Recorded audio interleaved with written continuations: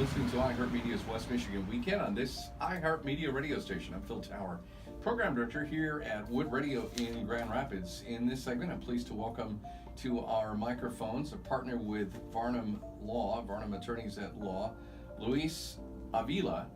Luis is an attorney specializing in labor and employment law, focuses his practice on labor, employment, and immigration issues, has a wide range of experience in traditional labor matters, including grievances, arbitrations, collective bargaining, etc., etc., etc. We're going to focus this discussion on sexual harassment in the workplace. It's been more than 30 years since the Supreme Court first recognized sexual harassment as a form of illegal discrimination. That statistic alone surprises me. The issue is, of course, a front and center issue and has been since the Harvey Weinstein story began to unravel or come together. And Luis, it's a pleasure to have you in the studio with us on this. Thanks so much for having me. That number surprised me. 30 years since it was first recognized as officially as a type of discrimination, obviously discrimination, marginalization. Do you think people take it as seriously today as they should? I mean, it's 2018. We've had the Harvey Weinstein story. It seems like it's been going on for more than a year, but it's still fairly a fresh story. Then, of course, you mentioned earlier the Bill Cosby incident. It seems like we've had person after person. We've had head of programming for Amazon.com that had to resign.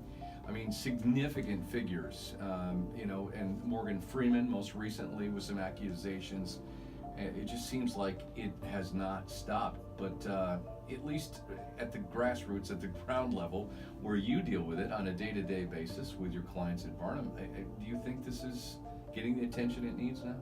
I think it is getting the attention it needs now, where even 5-6 years ago it really wasn't. There wasn't really much of an uptick in sexual harassment investigations or complaints within the workplace. And I think really this has been brought to light, as you mentioned, with all those examples, the Me Too movement at a national level. I think women and men that have been subject to sexual harassment in the workplace feel a little more empowered to come forward and complain when something happens in the workplace. Which is not always an easy thing. I mean, we see these stories and they're courageous stories. I mean, you can even throw into this the horrible tragedy that happened at MSU with Dr. Nasser and his unbelievable courage of the women who testified in that case. But the network, the layers of protecting bad people who were sexually harassing team members and subordinates, it's been there for decades in this country. You're absolutely right, and oftentimes the protection starts with the victims themselves who may not feel like they can come forward because of perceived or actual repercussions that they may experience. So it's a process that I think that victims that go through sexual harassment go through as to whether they do come forward. Once they come forward, to what level they participate in investigations or cooperate in investigations. It's really not a black and white process for victims.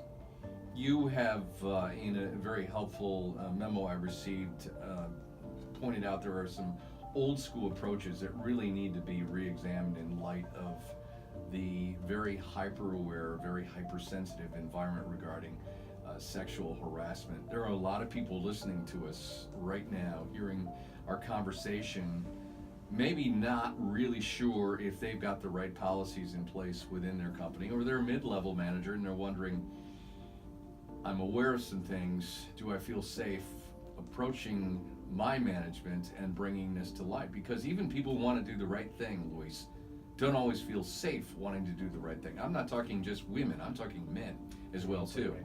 Yep, you're absolutely right. And as you mentioned, sexual harassment has been recognized as a form of illegal discrimination now for a lot of years. So most companies that we see and organizations have policies in place that reflect the law. But as you mentioned earlier, there really has been a shift now toward what does our practice when we have to implement this policy, when we actually have to activate it because we have a complaint, what does it look like? And in that respect, most employers haven't really had to deal with this. So even though they have policies in place that are sometimes 10, 15 years old, they really do have to update how they go about investigating sexual harassment and then how they go about carrying out any sort of consequences for the harasser. So yeah, it is. It's sort of an old issue, but very new today. One of the things that used to be a part of the way of dealing with this in days gone by was just paying somebody off to be quiet. Correct. And what's your take on that today? Is that advisable? Obviously, some people want to make it go away. Yeah, and oftentimes what we see with discussion about settlements in sexual harassment claims is a misconception of, if there is a settlement, that means that somebody was guilty here and you're just trying to keep it quiet. Oftentimes there's very good business reasons for why you want to enter into a settlement agreement, even if there's no merits to the complaint, even if the organization really doesn't have anything to be concerned about. They may just want to have this go away so they don't have to deal with it, because it can get expensive to litigate and all that. There has been a recent change in the tax code, which now affects employers as to whether they keep these settlement agreements confidential or not. So if historically this was a pretty key requirement of a settlement agreement, that the terms be confidential, sometimes that the agreement itself be confidential.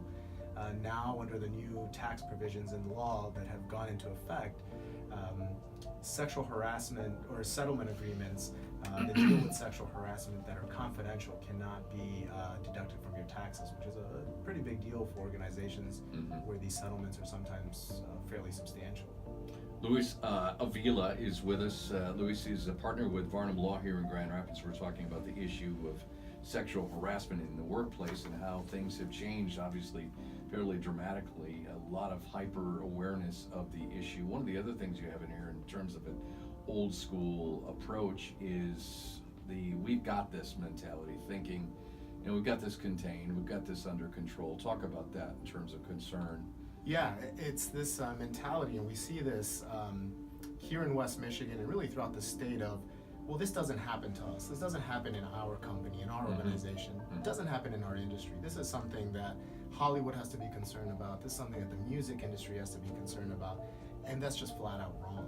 We see this happening in any industry, in a myriad of organizations that might have a great culture, but because they haven't paid attention to this, they've allowed harassment to take place in their workplace, and their employees may not feel as comfortable as sometimes the owners or management may think. So you're exactly right. This is one of those areas where I think organizations need to look at themselves critically, realistically, and say, do we really have this? Or is this an area that we need to address with our employees? Maybe not because something has already happened, but certainly proactively to kind of create a culture of allowing employees to feel safe coming to work. For people listening to us, especially management, ownership, people who work within a company, and if you could give them a piece of advice in terms of where to start, especially as you have policies that maybe are 25 years old, what do you say to them in terms of where's the first place? This is such a big issue. Where do you start first? Yeah, so we get this question a lot. We've had a lot of clients call us and say, we want to do something about this. We don't know if employees are safe or feeling safe, whether they feel comfortable or not.